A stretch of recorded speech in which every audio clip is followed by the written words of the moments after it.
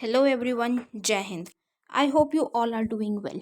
हम करने जा रहे हैं mains previous year question analysis और आज हम देखेंगे general studies paper 1 geography section से एक क्वेश्चन। मैं उम्मीद करती हूँ गाइज आप लोगों ने इस क्वेश्चन को अटेम्प्ट किया होगा और एक बहुत अच्छा आंसर फ्रेम किया होगा। तो ज्योग्राफी सेक्शन से एक आज हम फ्लड के बेसिस पे बात करने वाले हैं कि फ्लड से सिटीज़ की कैसी कंडीशन होती है, किस तरीके से प्रॉब्लम्स बढ़ती जा रही हैं, बाढ़ आने की वजह से दिक्कतें बढ़ती जा रही हैं, जो सिटीज़ हैं वो डूब रही हैं और वहाँ के लोगों की जो लाइफ है वो बहुत ज़्यादा इम्पैक्ट हो रही है। ठीक है, खतरे में आ रही है उनकी लाइफ, तो उसके बारे में हम पढ़ेंगे। बहुत सारे अच्छे पॉइंट्स आपको आज मिलने वाले हैं। तो आप ज्योग्राफी के जहाँ पे नोट्स बना रहे हैं वहाँ पे इन पॉइंट्स को एक सेक्शन में ज़रूर ऐड करके रखिएगा। आपको ये फ्यूचर में हेल्प करेंगे क्योंकि जब कंसोलिडेटेड फॉर्म में हमारे पास पॉइंट्स होते हैं तो वो रिकॉल करने में भी और पढ़ने में भी बहुत ज़्यादा ईजी रहता है और टाइम भी उसमें कम लगता है। और अगर आपको कुछ एक्स्ट्रा पॉइंट्स लगते हैं जो आपके पास हैं तो हमारे साथ कॉमेंट सेक्शन में ज़रूर शेयर कीजिएगा उनको। तो शुरू करने से पहले गाइज मैं आपको अपने कोर्सेज़ के बारे में बता दूं तो हमारा करंट अफेयर्स बैच रन कर रहा है जिसमें आपको डेली बेसिस पे वीडियो लेक्चर्स प्रोवाइड किए जाते हैं और साथ ही साथ आपको हमारे टेलीग्राम चैनल पे पीडीएफ्स भी दी जाती हैं फ्री ऑफ कॉस्ट। आप वहाँ से पीडीएफ डाउनलोड करके पढ़ सकते हैं। और अगर आप हमारे करंट अफेयर्स के पेड कोर्स को ज्वाइन करते हैं तो उसमें लाइव डाउट सेशंस लिए जाते हैं और साथ ही साथ रिवीजन भी करवाई जाती है रेगुलर बेसिस पे। हमारा जीएस का pre plus mains batch run कर रहेगा वो बिल्कुल ज़ीरो से तैयारी वाला बैच है। बिल्कुल बेसिक से उठा के आपको तैयारी करवाई जा रही है। एनसीईआरटी 6 क्लास से लेके एडवांस बुक्स तक की कवरेज करवाई जाएगी आपको। और बेसिक से इसलिए करवाया जा रहा है ताकि आपका फाउंडेशन बिल्ड हो। फाउंडेशन बिल्ड होता है तो क्या होता है, कॉन्सेप्ट बहुत अच्छे से क्लियर हो जाता है, कॉन्सेप्ट क्लैरिटी बहुत अच्छी हो जाती है। और what UPSC demands is concept clarity. वो आपको रट्टा लगाने के लिए नहीं बोलते हैं। वहाँ पे आप क्वेश्चंस को इजीली तब सॉल्व कर पाएंगे जब आपको उस कॉन्सेप्ट की क्लैरिटी, आपको वो टॉपिक क्लियर है, आपको सारी चीज़ें बिल्कुल क्रिस्टल क्लियर होंगी। वो आपको हमारे बैच में ज़रूर होगी, तो ज़रूर ज्वाइन कीजिएगा गाइस। Highly recommended. इस बैच को पक्का ज्वाइन कीजिएगा। आपका एग्ज़ाम निकलने से कोई नहीं रोक सकता। और हमारी मेंस आंसर राइटिंग सीरीज़ भी स्टार्ट हो गई है गाइज। एक आपके लिए फ्री सीरीज स्टार्ट की हुई है हमने, जिसमें आपको डेली बेसिस पे मॉर्निंग में टेलीग्राम पे क्वेश्चंस दिए जाते हैं और नाइट में 8 PM पे आपको वीडियो एनालिसिस दिया जाता है और साथ ही साथ पीडीएफ्स भी दी जाती हैं आपको फ्री ऑफ कॉस्ट, जो आप हमारे टेलीग्राम चैनल से डाउनलोड करके पढ़ सकते हैं। और गाइज हमारा मेंस आंसर राइटिंग का पेड कोर्स भी लॉन्च हो चुका है जो बहुत जल्द शुरू होने को है, तो जल्दी हरी अप, जल्दी ज्वाइन कीजिएगा गाइज। उसमें 500 प्लस क्वेश्चंस की आपको प्रैक्टिस कराई जाएगी। हमारे एक्सपर्ट हैं, एक्सपर्ट फैकल्टी हैं, वो आपकी कॉपीज़ को चेक करेंगे, इवैल्यूएट करेंगे, आपको इम्प्रूवमेंट करवाएंगे। बिल्कुल एनसीईआरटी से उठा के वो आपके क्वेश्चंस की प्रैक्टिस कराना स्टार्ट कराएंगे और धीरे धीरे आपको एडवांस लेवल तक लेके जाएंगे। सो बहुत अच्छा बैच होने वाला है गाइज। आपको बिल्कुल मेंस रेडी करवा दिया जाएगा, तो ज़रूर ज्वाइन कीजिएगा। और इंग्लिश और हिंदी दोनों ही लैंग्वेजेस में आपको इवैल्यूएशन प्रोवाइड की जाएगी। सो ज्वाइन करने के लिए गाइज आप नीचे दिए गए नंबर 9713282838 पे व्हाट्सएप या टेलीग्राम पे टेक्स्ट करके आप कोर्सेज़ की डिटेल्स ले सकते हैं और कोर्सेज़ को ज्वाइन कर सकते हैं। तो चलिए अपना आज का सेशन स्टार्ट करते हैं। हमारा क्वेश्चन है, major cities of India are becoming vulnerable to flood conditions. Discuss. Bharat के प्रमुख शहर बाढ़ की स्थिति की चपेट में आ रहे हैं, चर्चा करें। यह क्वेश्चन GS1 ज्योग्राफी सेक्शन के अंडर आता है और यह क्वेश्चन यूपीएससी ने 2016 में पूछा था। तो इस क्वेश्चन में क्या बोला गया है गाइस कि ज़्यादा से ज़्यादा जो हमारे भारत की, इंडिया की जो सिटीज़ हैं, शहर हैं, वो बाढ़ की चपेट में आती जा रही हैं। उनकी स्थिति ऐसी होती जा रही है कि वो ज़्यादा से ज़्यादा, मतलब बहुत ज़्यादा बाढ़ की चपेट में आती जा रही है, वल्नरेबल हो गई हैं। तो ऐसा क्यों है या उसके क्या इम्पैक्ट्स हैं, हमें सिर्फ क्या दिया है, डिस्कस। हमें सिर्फ ये स्टेटमेंट दे के डिस्कस बोला गया है कि हमें उसके बारे में बताना है कि हम उसके बारे में क्या कहेंगे, राइट। तो हम इसमें फुल फ्लेज अपना आंसर किस तरीके से क्रिएट करेंगे। हम छोटी सी इंट्रोडक्शन देंगे फ्लड कंडीशंस और जो सिटीज़ में आ रही है कि क्यों आ रही है या किन जगहों पे आ रही है, हम छोटी सी इंट्रोडक्शन देंगे। आफ्टर दैट हम अपने मेन पार्ट में इसको किस तरीके से अटेम्प्ट करेंगे कि आज के टाइम पे जो ये स्टेटमेंट हमें दी गई है यहाँ पे कि मेजर सिटीज़, बहुत सारे जो शहर हैं वो बाढ़ की चपेट में आ रहे, वल्नरेबल हो गए हैं बाढ़ से, फ्लड कंडीशन से। तो ऐसा क्यों हुआ है, क्या रीजंस हैं? तो हम पहले उसके रीजंस बताएंगे कि ऐसा क्यों है, और उसके बाद उनको किस तरीके से हम करेक्ट कर सकते हैं, या क्या हमें मेजर्स लेने चाहिए, हम वो मेजर्स के बारे में बताएंगे।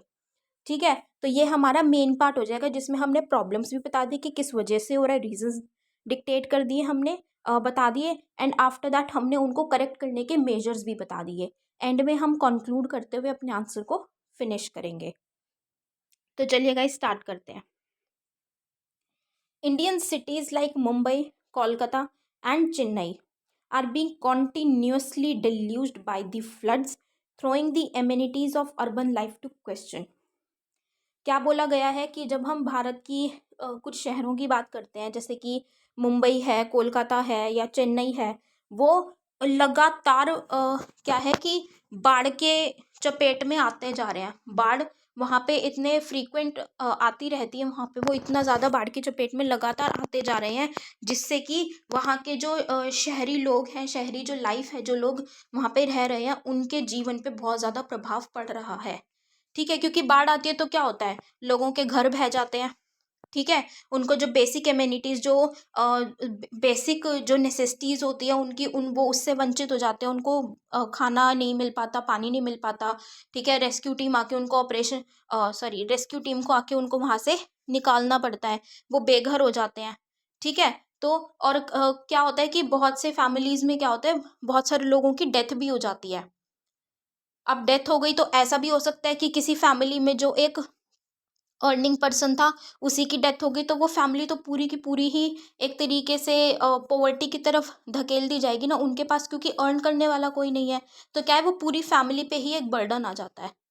तो इस तरीके से बहुत सारी मतलब बहुत सारी प्रॉब्लम्स एसोसिएटेड है, दिक्कतें जुड़ी हुई हैं कि एक फ्लड आने की वजह से वहाँ के जो शहर में जो लोग रह रहे हैं उस जगह पे जहाँ बाढ़ आई है, वहाँ के लोगों का पूरा जीवन नष्ट हो जाता है, पूरी लाइफ उनके डिस्ट्रॉय होने के स्टेक पे आ जाती है, कगार पे आ जाती है। ठीक है, अलॉन्ग विथ क्लाइमेट चेंज, अब क्या हो रहा है कि जैसे हम पढ़ते हैं कि क्लाइमेट चेंज हो रहा है, ग्लोबल वार्मिंग हो रही है, जिससे कि हमारा क्लाइमेट बहुत ड्रास्टिक के लिए चेंज होता जा रहा है। तो उसकी वजह से क्या है कि जो हमारी प्रेसिपिटेशन पैटर्न की हम बात करते हैं, जैसे जो बारिश का जो प्रकार होता है कि किस तरीके से बारिश आती है, तो उसका जो पैटर्न है वो चेंज होता जा रहा है, बदलता जा रहा है। कहीं पे तो क्या होता है कि बहुत ज़्यादा बारिश आ जाती है कि वहाँ पे बाढ़ आ जाती है। कहीं पे ऐसा होता है कि बहुत कम बारिश आ रही है, जिसकी वजह से सूखा भी पड़ रहा है कई कई जगहों पे। या फिर ऐसा होता है कि कभी बेवक्त बारिश आ जाती है, जहाँ पे जिस टाइम पे नॉर्मल, अगर हम नॉर्मल उसकी बात करें तो उस टाइम पे बारिश आती आती नहीं है या आनी नहीं चाहिए, लेकिन उस टाइम पे भी बारिश आ रही है। तो ये क्लाइमेट चेंज का जो इम्पैक्ट है, उस इम्पैक्ट की वजह से भी अनएक्सपेक्टेड बोला हुआ है ना यहाँ पे, अनएक्सपेक्टेड मानसून स्पिल्स, कि जब हमने सोचा ही नहीं है कि बारिश आएगी, या हमने एस्टिमेट ही नहीं लगाते कि भाई इस टाइम पे तो बारिश आती ही नहीं है, आएगी ही नहीं, लेकिन उस टाइम पे भी बारिश आ जाती है। तो उससे क्या हो जाता है, ये जो बाढ़ के जो संकेत है या बाढ़ के जो रीजंस है आने के, वो ज़्यादा बढ़ जाते हैं। ये प्रॉब्लम ज़्यादा बढ़ जाती है, हम ज़्यादा चपेट में वो शहर आने लग जाते हैं बाढ़ के चपेट में। ठीक है, सो बहुत सारे रीजंस हैं जिनकी वजह से कुछ शहर ज़्यादा से ज़्यादा वल्नरेबल होते जा रहे हैं, बाढ़ की चपेट में आते जा रहे हैं। अब हम देखते हैं कि ऐसे क्या रीजंस हैं या ऐसी क्या चीज़ें जिसकी वजह से, एक तो हमने देखा अभी कि क्लाइमेट चेंज है, कि क्लाइमेट चेंज होने की वजह से भी कि जब हम सोच भी नहीं रहे हैं, अनएक्सपेक्टेड है, या फिर बहुत जितना होना चाहिए नॉर्मल में उससे बहुत ज़्यादा बारिश आ रही है, उसकी वजह से क्या होता है, बाढ़ आ जाती है। ठीक है, उसके अलावा और भी बहुत सारे रीजंस हैं जिसकी वजह से ऐसा होता है, तो हम उनके बारे में बात करेंगे। First is haphazard and rapid urbanization without proper planning has put the natural carrying capacity of cities under stress. ठीक है, क्या बात की जा रही है यहाँ पे, अब हम बेसिक से उठाते हैं। ये बात हम सभी जानते हैं कि इंडिया की पॉपुलेशन बढ़ती जा रही है, हम इस बारे में भी बहुत बार बात कर चुके हैं कि साइंटिस्ट रिसर्चर्स ने ये अनुमान लगाया है, एस्टीमेट लगाया है कि आने वाले कुछ सालों में इंडिया सेकंड मोस्ट पॉपुलस से मोस्ट पॉपुलस बन जाएगी, फर्स्ट रैंकिंग पे आ जाएगी पॉपुलेशन के मामले में, जनसंख्या के मामले में। ठीक है, अब जैसे जैसे पॉपुलेशन बढ़ेगी, अब गाइज जो ये मैं आपको बता रही हूँ बेसिक से, तो इसको आप क्वेश्चन अपने आंसर फॉर्म में डाल सकते हैं। ये बहुत क्या है कि इस पॉइंट को एक्सप्लेन करने के लिए अगर मैंने आपको यहाँ पे रिटन फॉर्म में इसलिए दिया ताकि आप लोग समझ पाएँ। आप रिटन फॉर्म में लिखने की बजाय अगर आप एक डायग्राम के फॉर्म में बताएंगे ना कि इंडिया की पॉपुलेशन क्या है, इंक्रीज होती जा रही है। पॉपुलेशन इंक्रीज होने की वजह से क्या हो रहा है कि ज़्यादा सेटलमेंट्स की, ज़्यादा क्या बोलते हैं, फूड सिक्योरिटी की भी रिक्वायरमेंट है, ज़्यादा ह्यूमन सेटलमेंट्स की ज़रूरत है, ज़्यादा इंडस्ट्रीज सेटअप हो रही हैं। तो क्या हो रहा है, अर्बनाइजेशन की तरफ जा रहे हैं, अर्बनाइजेशन बहुत ज़्यादा हो रही है। ठीक है, तो क्या हो रहा है कि अब अर्बनाइजेशन ज़्यादा हो रही है तो ज़्यादा जगह की ज़रूरत है। ठीक है, जैसे इंडस्ट्री सेटअप होएंगी तो उनको भी लैंड की ज़रूरत है, जगह की ज़रूरत है। लोग सेटल होएंगे, ठीक है, ज़्यादा लोग हैं तो उनको सेटलमेंट के लिए भी ज़्यादा जगह चाहिए, तो वो सेटअप हो रहे हैं, ह्यूमन सेटलमेंट्स हो रही हैं। या फिर अब ज़्यादा पॉपुलेशन हो रही है तो खाने की, फूड की रिक्वायरमेंट भी तो ज़्यादा बढ़ रही है, तो उसके लिए जो कृषि उत्पादन है वो भी बढ़ाने की ज़रूरत है। एग्रीकल्चरल लैंड को भी बढ़ाने की ज़रूरत है, कृषि की जो ज़मीन है। तो उसमें क्या है, अब ज़्यादा जब हमें दिख रहा है कि ज़मीन की ज़्यादा ज़रूरत पड़ रही है, ज़्यादा जगह की ज़रूरत है, तो वो जगह कहाँ से निकाली जा रही है, पेड़ काट के निकाली जा रही है। जो हमारे फॉरेस्ट हैं उनको डिस्ट्रॉय किया जा रहा है।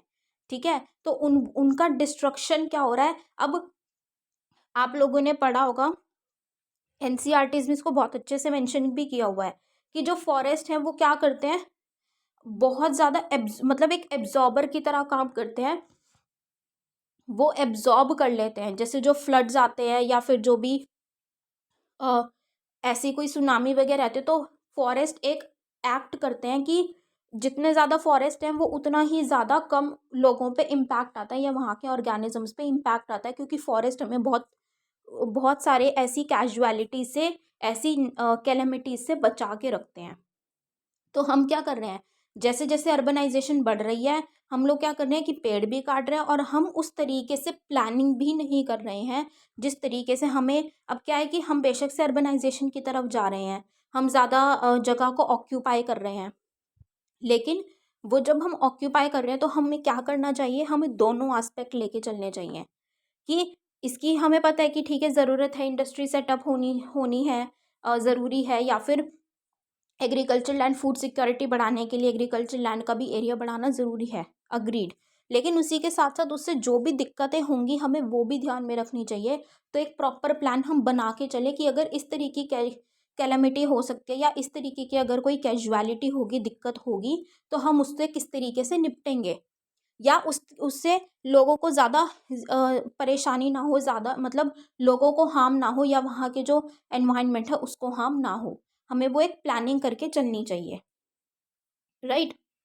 Next point is improper and unregulated urbanization has also led to failure of civic authorities to manage drainage, resulting in poor sewage treatment, clogging of drains and sewer lines, thus intensifying drainage problem during monsoon। अब क्या होता है कि जैसे अभी हमने बात की अर्बनाइजेशन हो रही है, लेकिन वो अच्छे तरीके से नहीं हो रही, मतलब हम अर्बनाइजेशन की तरफ तो जा रहे हैं, ठीक है, लेकिन हम उसको प्लान तरीके से नहीं कर रहे हैं, हम एक प्लानिंग बना के नहीं चल रहे हैं। उस प्लानिंग ना करने की वजह से जैसे जो हमारा ड्रेनेज सिस्टम है, वो ड्रेनेज सिस्टम को हम प्रॉपर तरीके से रेगुलेट नहीं कर रहे हैं।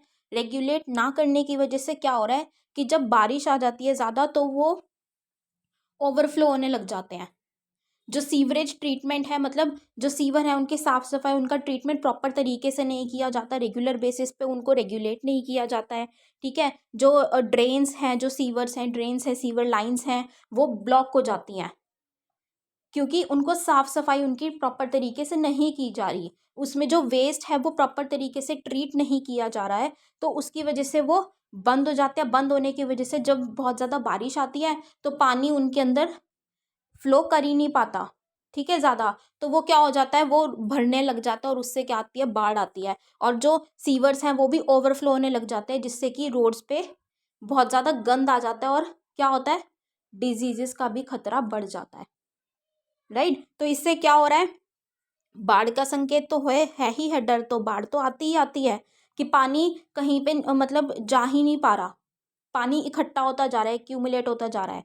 उसी के साथ साथ हेल्थ का भी बहुत बड़ा फैक्टर आ रहा है यहाँ पे कि अगर मान लीजिए वो एरिया है, वो एरिया इतना डर्टी हो जाएगा क्योंकि वो सीवर ओवरफ्लो होने लग जाएंगे फिर वहाँ पे, ठीक है। तो इस तरीके से हमें जो सिविक अथॉरिटीज़ हैं वो फेल हो रही हैं काम करने में अपना, तो वो भी एक प्रॉपर तरीके से मैनेज होना चाहिए जो हमारा ड्रेनेज सिस्टम चलता है। तो वो मैनेज ना होने की वजह से फ्लड की सिचुएशन बढ़ती जा रही है, हमें बढ़ती हुई दिख रही है बाढ़। Next is urbanization and associated activities like dredging, spilling onto the fragile coastal and riverbeds, thus hampering their natural absorptive capacity. अब क्या है कि अर्बनाइजेशन हो रही है या और भी बहुत सारी ऐसी एक्टिविटीज़ हैं जो होती हैं, तो ये सब बढ़ने की वजह से अब क्या है कि हम एनवायरनमेंट को बहुत ज़्यादा इम्पैक्ट कर रहे हैं, हम अपने बेनिफिट के लिए यूज़ कर रहे हैं, ये ना देखते हुए कि उससे हमारे पर्यावरण पे, एनवायरनमेंट पे क्या फ़र्क पड़ रहा है, ठीक है। शहरीकरण भी बढ़ रहा है, तो उससे क्या है, जैसे कि कुछ हमारी एक्टिविटी, जैसे हम ड्रेजिंग की बात करें, ड्रेजिंग क्या होती है, जब हम जो रिवर वाटर होता है ना, जो वाटर के पास रिवर बेड्स होते हैं, हम वहाँ से ना सॉइल निकाल देते हैं, मतलब जो वहाँ की सॉइल है उसको हटा देते हैं, या जो वहाँ के वीड्स हैं उनको हटा देते हैं। अब वो हटाने की वजह से क्या होता है, वो एक तरीके से ना ऑर्गेनिजम्स का लाइफ सपोर्ट सिस्टम भी होता है, तो उससे वो ऑर्गेनिज्म सफ़र करते हैं, ठीक है। और जो वहाँ की बहुत सारी चीज़ों को एब्जॉर्ब करने की कैपेसिटी होती है वो भी ख़त्म हो जाती है। सिमिलरली जैसे जो रिवर बेड्स हैं उनको हार्म कर रहे हैं हम, ठीक है, उनको डिस्ट्रॉय कर रहे हैं, जो कोस्टल बेड्स हैं उनको डिस्ट्रॉय कर रहे हैं।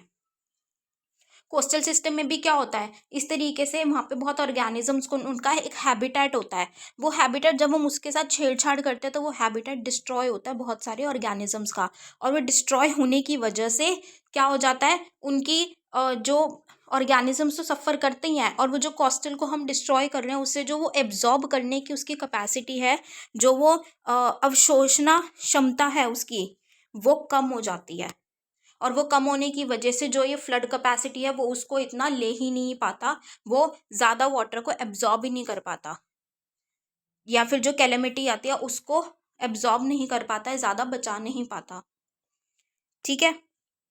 Next is destruction of wetlands in and around cities. अब हमने वेटलैंड्स के बारे में पढ़ा हुआ है, ठीक है। वेटलैंड्स क्या करते हैं, आर्द्र भूमियों, ठीक है, ये जो वेटलैंड्स होते हैं इनको हम एक शॉक एब्जॉर्बर या फिर एक नेचुरल एब्जॉर्बर बोलते हैं, एक एब्जॉर्बर की तरह एक्ट करते हैं। क्यों, क्योंकि जो भी नेचुरल कैलामिटी आती है, या फिर जो एक्सेसिव हम बोलते हैं ना, रन ऑफ हो जाता है, पानी आ रहा है ज़्यादा, या सेडिमेंट से आ रहे हैं, सेडिमेंटेशन वगैरह है, तो उसको ये एब्जॉर्ब कर लेता है। मॉनसून के टाइम पे जब बारिश का टाइम होता है, उसको ये ज़्यादा से ज़्यादा एब्जॉर्ब करने की कैपेसिटी रखता है। तो जब ये ज़्यादा से ज़्यादा एब्जॉर्ब कर लेता है तो ये जो फ्लड की सिचुएशंस होती हैं या ब्लॉकेज की होती है वो कहीं ना कहीं हमारी कम हो जाती हैं, बहुत ज़्यादा लेवल पे कम कर देता है वेटलैंड्स। लेकिन अगर हम इन वेटलैंड्स को ही डिस्ट्रॉय करते चले जाएंगे, वेटलैंड्स को डिस्ट्रॉय करने की वजह से क्या होगा कि फ्लड की कंडीशन इंक्रीज हो जाएगी। और वेटलैंड्स क्या है, एक तरीके से एक हैबिटेट की तरह वर्क करता है, जो बहुत सारे एनिमल्स के लिए, स्पीशीज़ के लिए, तो उनका हैबिटेट भी डिस्ट्रॉय होता है, उनको भी दिक्कतें होती हैं, और साथ ही साथ जो फ्लड की कंडीशंस हैं, बाढ़ की जो दिक्कतें हैं वो भी हमें बढ़ती हुई दिखाई देती हैं उसकी वजह से, और हम अंधाधुंध इन वेटलैंड्स को ख़त्म करते जाते हैं। इसीलिए इन्हीं वेटलैंड्स को प्रोटेक्ट करने के लिए, या ताकि बहुत सारे, क्योंकि बेनिफिट्स है जो हमें वेटलैंड से, आर्द्र भूमियों से मिलते हैं, इसीलिए रामसर कन्वेंशन लाई गई है। रामसर लिस्ट है ना जिसमें कि बहुत सारे वेटलैंड्स एरिड है जिनको एक प्रोटेक्शन दी गई है कि उनको प्रोटेक्ट करना है। तो वो क्यों, इन्हीं सिचुएशन से लड़ने के लिए, या जो भी वेटलैंड्स के बेनिफिट हैं वो हम उठा सकें। वेटलैंड्स बहुत ज़्यादा इंपॉर्टेंट है उनको कंजर्व करने के लिए। तो ये हमने किसकी बात की गाइस, कि किस क्या क्या दिक्कतें हैं जिनकी वजह से जो आज हम देख रहे हैं कि फ्लड जो बाढ़ है वो बढ़ती जा रही है, बाढ़ की जो कंडीशंस है, स्थितियाँ हैं वो बढ़ती जा रही हैं। ठीक है, बाढ़ की चपेट में बहुत ज़्यादा जो शहर हैं वो आते जा रहे हैं। हमने उसके रीजंस पढ़े कि किस वजह से ऐसा हो रहा है। अब हम क्या बात करेंगे कि इनको, अब हमने रीजंस तो देख लिए क्यों हो रहा है, अब उनको मेजर सजेस्ट करेंगे कि क्या मेजर्स, क्या ऐसा हमें करना चाहिए जिससे कि हम इस सिचुएशन को ठीक कर सकें, जो बाढ़ की कंडीशन है उसको हम कम कर सकें, ठीक कर सकें, कि ज़्यादा जो अर्बन लाइफ है, शहरी लोगों की जो लाइफ है, जीवन है, उनका डिस्ट्रॉय ना हो। First is proper urban planning along with provisions for efficient drainage system। वही चीज़ है जो हम पढ़ते हैं कि जो प्रॉब्लम्स है वही बेसिकली अल्टीमेटली हमारा सोल्यूशन होता है। ठीक है, तो हमने क्या प्रॉब्लम पढ़ी थी कि शहरीकरण बढ़ता जा रहा है, अर्बनाइजेशन बढ़ रही है, लेकिन वो जो बढ़ रही है हम उसके लिए प्रॉपर प्लानिंग नहीं कर रहे, प्रॉपर प्लान तरीके से नहीं उसको कर रहे हैं हम। ठीक है, जो ड्रेनेज सिस्टम्स है उनको रेगुलेट नहीं किया जा रहा प्रॉपर तरीके से, प्लान करके उनका ट्रीटमेंट नहीं हो रहा है, जो सिविक अथॉरिटीज़ है वो अपना काम ठीक तरीके से नहीं कर रहे हैं, वो फेल हो रहे हैं। ठीक है, ड्रेनेज सिस्टम को मैनेज करने में। तो हमें क्या करना है, हमें जो अर्बन प्लानिंग है उसको एक जो अर्बन है मतलब जो शहरीकरण है हमारा, तो हमें उसको अच्छे तरीके से प्लान करना है, स्ट्रैटेजी सोचने की किस तरीके से हम बचा सकते हैं, और जो ड्रेनेज सिस्टम है उनको अच्छे तरीके से मैनेज करके रखना है, ताकि जो ब्लॉकेज, जो क्लॉग हो जाते हैं, रुक जाते हैं जो सीवर, वो प्रॉब्लम ना हो, बारिश आने के टाइम पे, मानसून टाइम पे वो दिक्कत ना देखने को मिले हमें। Next point is strict regulations on construction in fragile coastal and river bed systems. अब जो हमने बात की थी कि जो रिवर बेड है, जो वहाँ की जैसे सॉइल होती है या सेडिमेंटेशन होती है या वहाँ का जो हैबिटेट होता है, हम उसको डिस्ट्रॉय कर देते हैं क्योंकि हम वहाँ पे अननेसेसरी कंस्ट्रक्शन करने लग जाते हैं। ठीक है, कुछ प्रोजेक्ट चला रहे हैं, कुछ इंडस्ट्री बना दी या कुछ भी वहाँ पे हम कंस्ट्रक्ट करने लग जाते हैं, तो निर्माण करते हैं, निर्माण करने पे तो उस पर स्ट्रिक्ट रेगुलेशंस होने चाहिए। जैसे आप लोगों ने देखा होगा कि एक्सक्लूसिव इकोनॉमिक जोन्स बनते हैं। ठीक है, एक्सक्लूसिव इकोनॉमिक जोन्स क्यों बनाए जाते हैं कि जैसे 5 किलोमीटर तक के एरिया में एक्सक्लूसिव इकोनॉमिक जोन उसको डिक्लेयर कर दिया कि इतने एरिया में कुछ भी कंस्ट्रक्शन नहीं होगी, माइनिंग नहीं होगी वहाँ पे, कंस्ट्रक्शन नहीं होगी वहाँ पे। ठीक है, या फिर पोल्यूशन वाला कुछ काम नहीं होगा वहाँ पे। तो ये किस लिए किया जा रहा है, ताकि जो वहाँ का जो कोस्टल सिस्टम है, रिवर बेड सिस्टम है, उसको हम बचा सकें। तो इस तरीके की रेगुलेशंस हमें लानी चाहिए स्ट्रिक्ट तरीके से, और उस पर ध्यान भी देना चाहिए कि वो अच्छे तरीके से फॉलो की जा रही है या नहीं। Next is rain water harvesting system should be put up. कि जो रेन वाटर हार्वेस्टिंग सिस्टम है क्या होता है, जैसे पहले बाउडीज होती थी। बाउडीज किस लिए होती थी कि जो बारिश आती थी तो पानी उसमें इकट्ठा कर लेते थे, स्टोर करके रख लेते थे, ताकि आगे के टाइम पे जब पानी की ज़रूरत पड़े, जैसे इरिगेशन पर्पजेज़ के लिए होता था, उसके लिए यूज़ कर लेते थे। ठीक है, तो हम उस पानी को फ्यूचर यूज़ के लिए स्टोर करके रख सकें, हम उसको यूज़ कर सकें, वो पानी वेस्ट ना हो। अब वो पानी स्टोर हो जाएगा तो जो फ्लड की प्रॉब्लम है, वो फ्लड की प्रॉब्लम तो अपने आप ही सॉल्व हो जाएगी। ठीक है, तो rain water harvesting system, proper ऐसा सिस्टम हमें सेटअप करने की ज़रूरत है। Next point is timely preparedness and precaution should be taken by the municipal bodies, like cleaning of drainage systems, traffic management, outflow provisions for excess water before onset of monsoon. अब क्या चीज़ है कि जैसे आज के टाइम पे तो हमारी साइंस ने इतनी तरक्की कर ली है कि, या जो रिसर्च विभाग है उसने इतनी तरक्की कर ली कि वो पहले से ही एस्टीमेट लगा लेते हैं, वेदर डिपार्टमेंट पहले से ही एस्टीमेट लगा लेते हैं इस चीज़ का कि हाँ इस टाइम पे बारिश आने वाली है या कितनी ज़्यादा बारिश आ सकती है, कितनी आशंका है, तो वो एक एस्टीमेट लगा लेते हैं। वो एस्टीमेट लगाने से क्या फ़ायदा होगा कि जब हमें पता चल जाएगा कि हाँ अभी मानसून आने वाला है, बारिश आने वाली है, किस एरिया में ज़्यादा आने वाली है, हमें वो इंटेंसिटी पता चल जाएगी। तो जो म्यूनिसिपल बॉडीज़ हैं उनको इस चीज़ पे ध्यान देना चाहिए, एक वक्त रहते उनको तैयारी करनी है, प्रिकॉशंस लेना है कि जो ड्रेनेज सिस्टम है वो प्रॉपर तरीके से क्लीन है, वहाँ का वो ट्रीटमेंट प्रॉपर तरीके से हो रहा है, ड्रेनेज सिस्टम एफिशिएंटली वर्क कर रहा है वहाँ पे। ठीक है, ट्रैफिक को मैनेज करके रखना है हमें वहाँ पे, ताकि कहीं पे भी ऐसा कुछ रुकावट ना बने। और जो एक्सेस वाटर हमें देखने को मिलता है कि ज़्यादा बारिश आएगी तो जो एक्सेसिव वाटर होगा उसको भी स्टोर करने के प्रोविजंस हमें ध्यान में रखने हैं कि उसको किस तरीके से ट्रीट किया जाना चाहिए, ताकि वो फ्लड की सिचुएशन उत्पन्न ही ना हो, फ्लड की सिचुएशन ही ना आए। Next is disaster management team to put in place to chalk out pre and post disaster responses to minimize losses due to such eventualities. तो क्या बात की जा रही है कि जो डिजास्टर मैनेजमेंट टीम है, आपदा जो प्रबंधन जो हमारी टीम है, उनको इस चीज़ पे ध्यान देना है, उनको वो प्रिकॉशंस लेने हैं, इस एक मतलब प्लानिंग करके चलनी चाहिए, चलनी पड़ेगी कि डिज़ास्टर आने से पहले, लाइक हम यहाँ पे फ्लड की बात करें तो फ्लड आने से पहले क्या हमें तैयारियां करनी है, किस तरीके से वहाँ से लोगों को बचाना है, लोगों को रेस्क्यू करना है, किस तरीके से काम करना है वहाँ पे प्रोटेक्ट करने के लिए, और डिज़ास्टर आने के बाद वहाँ पे हमें किस तरीके से काम करना है ताकि ये जो कैजुअलिटीज़ होती हैं या जो डिज़ास्टर आते हैं उससे ज़्यादा किसी को नुकसान ना हो, उसको हम नुकसान बचा सकें। तो उनको प्री डिज़ास्टर भी, डिज़ास्टर से पहले की भी, और पोस्ट डिज़ास्टर, डिज़ास्टर के बाद की भी एक तैयारी करके रखनी चाहिए, प्रॉपर प्लानिंग स्ट्रैटेजी बना के रखनी चाहिए। सो ये हमने किसकी बात करी, ये हमने मेजर्स की बात करी कि क्या क्या मेजर्स हमें अडॉप्ट करने चाहिए जिससे कि हम जो बढ़ती हुई फ्लड की कंडीशंस है, बाढ़ की स्थिति है जो बढ़ती जा रही है, हम उसको कम कर सके, उसको मिनिमाइज कर सके और उसको एक थोड़ा कंट्रोल कर सकें हम। सो एट दी एंड हम अपने कंक्लूजन में बताएंगे कि जो हमने अभी अबव मेजर्स बताए उन्हीं के साथ साथ हमें जो आप लोग जानते होंगे सेंडाई फ्रेमवर्क बनाया गया है, सेंडाई फ्रेमवर्क हमने निकाला हुआ है किसके लिए, डिजास्टर रिस्क रिडक्शन के लिए। इसको प्लीज़ याद रखिएगा, सेंडाई फ्रेमवर्क आपके प्रीलिम्स में भी ये चीज़ पूछी जा सकती है कि सेंडाई फ्रेमवर्क किससे रिलेटेड है। ठीक है, तो डिजास्टर रिस्क रिडक्शन से रिलेटेड है और ये 2015 टू 2030 तक का एक फ्रेमवर्क बनाया गया है। तो इसका प्रॉपर तरीके से इम्प्लीमेंटेशन किया जाना चाहिए, इसका प्रॉपर तरीके से इम्प्लीमेंटेशन होगा तो हम फ्लड की कंडीशंस को रोक सकते हैं। और दूसरा जो गवर्नमेंट की स्कीम्स है इससे रिलेटेड, जैसे अमृत, अमृत स्कीम क्या है, Atal mission rejuvenation and urban transformation, ये स्कीम है, या स्मार्ट सिटी स्कीम है।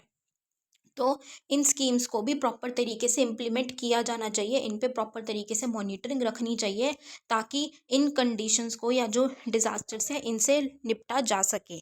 और तीसरी चीज़, हमें जो कोस्टल जोन मैनेजमेंट है उसको भी प्रॉपर तरीके से रेगुलेट करना है, मैनेज करना है। जैसे अभी हमने बात की कि एक्सक्लूसिव इकोनॉमिक जोन्स बनाए जाते हैं, तो वो किस लिए बनाए जाते हैं, ताकि जो कोस्टल एरिया है, रिवर बेड्स हैं, हम उसको प्रोटेक्ट कर सकें, वहाँ पे ऐसी कोई भी एक्टिविटीज़ ना हो जिसकी वजह से प्रॉब्लम्स आए, तो हमें उसको भी मैनेज करना है और रेगुलेट करके रखना है।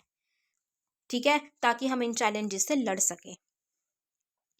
सो आई होप गाइज आप लोगों को एनालिसिस पसंद आया होगा। प्लीज़ आप लोगों के पास कुछ एक्स्ट्रा पॉइंट्स है तो हमारे साथ ज़रूर शेयर कीजिएगा कमेंट सेक्शन पे, और अपना फीडबैक भी ज़रूर दीजिएगा। So with this we end up this session here. End करने से पहले मैं आपको अपने कोर्सेज़ के बारे में बता दूं तो हमारा करंट अफेयर्स बैच रन कर रहा है जिसमें आपको वीडियो लेक्चर्स प्लस पीडीएफ्स दी जाती हैं हमारे टेलीग्राम चैनल पे फ्री ऑफ कॉस्ट। और पेड कोर्स में अगर आप ज्वाइन करते हैं तो आपके लिए live doubt sessions plus regular classes, regular revision आपके लिए कंडक्ट की जाती है वहाँ पे। और हमारा जीएस का प्री प्लस मेंस बैच है गाइज, बेसिक से तैयारी करवाई जा रही है वहाँ पे। हाईली रिकमेंडेड बैच, ज़रूर ज्वाइन कीजिएगा, आपकी कॉन्सेप्ट क्लैरिटी इतने अच्छे से हो जाएगी वहाँ पे कि आपके एग्ज़ाम निकालने से कोई नहीं रोक सकता, तो ज़रूर ज्वाइन कीजिएगा। और हमारा मेंस का भी आंसर राइटिंग बैच रन कर रहा है गाइज, जिसमें एक फ्री सीरीज़ आप लोगों के लिए चलाई गई है जिसमें आपको क्वेश्चंस दिए जाते हैं टेलीग्राम चैनल पे, और फिर उसके बाद आपको नाइट में उसका एनालिसिस वीडियो और पीडीएफ्स भी दिए जाते हैं। और हमारा पेड आंसर राइटिंग बैच भी लॉन्च हो चुका है गाइज, बहुत जल्द शुरू हो रहा है वो, जिसमें 500 प्लस क्वेश्चंस की प्रैक्टिस कराई जाएगी। और हमारी एक्सपर्ट फैकल्टी हैं, वो आपके क्वेश्चंस को चेक करेंगे, दोनों ही लैंग्वेजेस में चेक होगी। बहुत अच्छे प्राइस में आपके लिए लाया गया है ताकि आप लोग उसका लाभ उठा सकें, उसका बेनिफिट ले सकें। बिल्कुल बेसिक टू एडवांस लेवल तक आपकी उसकी प्रिपरेशन आपको करवाई जाएगी, तो ज़रूर ज़रूर ज्वाइन कीजिएगा गाइज। ज्वाइन करने के लिए आप नीचे दिए गए नंबर 9713282838 पे व्हाट्सएप टेलीग्राम के थ्रू आप कोर्सेज़ की डिटेल्स ले सकते हैं और कोर्सेज़ को ज्वाइन कर सकते हैं। सो with this we end up this session here guys. I hope you all have liked this session. Thank you so much. Have a great day ahead. Jai Hind.